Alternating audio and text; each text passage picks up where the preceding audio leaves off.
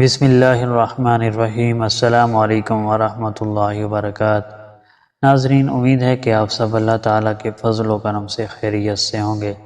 ناظرین، آدمی کی خوبیاں ہی بعض کی دشمن بن جاتی ہیں۔ ایاز کی ذہانت، دیانت اور امانت اور اپنے آقا کے ساتھ وابستگی، کامل فرما برداری ایسے اعمال تھے جنہوں نے تمام ارکان دولت کو اس کا دشمن بنا دیا تھا۔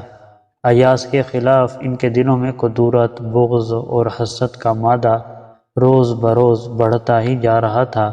ادھر سلطان کا لطف و کرم اور جود و سخا ایاز کے حق میں بڑھ رہا تھا۔ ایک دن بدباطن امراء نے بادشاہ سے عرض کی کہ ہم غلاموں کی ناقص عقل میں یہ بات نہیں آ رہی کہ آپ ایک معمولی غلام ایاز کی عقل و بصیرت پر کیوں یقین رکھتے ہیں۔ سلطان محمود اس وقت تو خاموش رہا اور کوئی جواب نہ دیا۔ کچھ دن بعد سلطان نے شکار کرنے کا ارادہ کیا اور اپنے 30 امیروں کو ساتھ لیا اور جنگل کی طرف روانہ ہوا۔ راستے میں ایک قافلہ نظر آیا تو سلطان نے اپنے ایک امیر کو حکم دیا کہ وہ اس قافلے کے پاس جائے اور اس سے پوچھ کر آئے کہ وہ کہاں سے آئے ہیں۔ امیر اس قافلے کے پاس گیا اور تھوڑی دیر بعد واپس آ کر بتایا کہ قافلہ شہر سے آیا ہے۔ سلطان نے پوچھا کہ قافلے والوں نے جانا کہاں ہے؟ امیر اس سوال کا جواب نہ دے سکا کیونکہ اس نے قافلے سے یہ بات معلوم ہی نہ کی تھی۔ پھر سلطان نے دوسرے امیر کو بھیجا کہ وہ معلوم کر کے آئے کہ قافلے کی منزل کہاں ہے۔ دوسرا امیر کچھ دیر میں جواب لے کر آیا کہ قافلہ یمن جانے کا ارادہ رکھتا ہے۔ سلطان نے پوچھا ان کے پاس سامان سفر کیا کیا ہے؟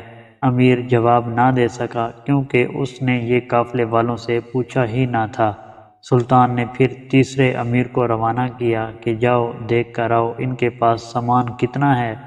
امیر فوراً معلوم کر کے آیا کہ ان کے پاس ضرورت کا ہر سامان موجود ہے۔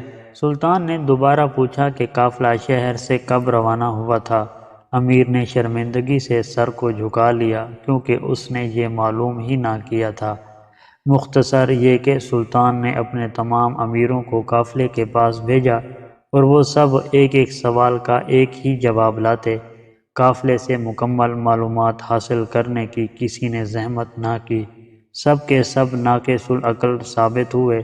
سلطان نے ان امیروں سے کہا، تم لوگوں کو اعتراض تھا کہ میں نے ایاز کو تم سب کے برابر رتبہ کیوں دے رکھا ہے۔ میں تب تو خاموش رہا تھا مگر اب میں جواب دوں گا۔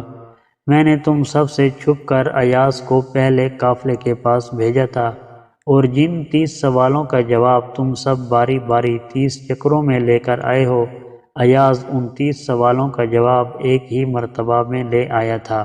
اب تم سب کو معلوم ہوا کہ ایاز کو اتنی قدر و منزلت کیوں حاصل ہے۔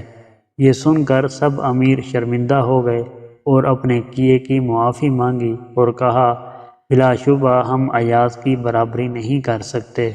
دوستو، اس واقعے سے ہمیں سبق ملتا ہے کہ حسد ایک بیماری ہے، اس سے ہمیشہ ہم سب کو بچنا چاہیے۔